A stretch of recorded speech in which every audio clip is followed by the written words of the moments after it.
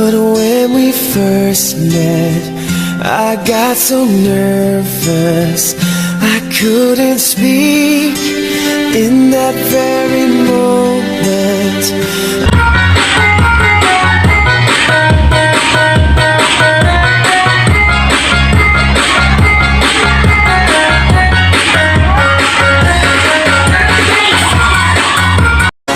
Daghang tambal nga mga herbal makaayos sa atong lawas. Ang bulak sa katyubong ikatambal sa Kawang akong kalipay, karon puro na pagmahay.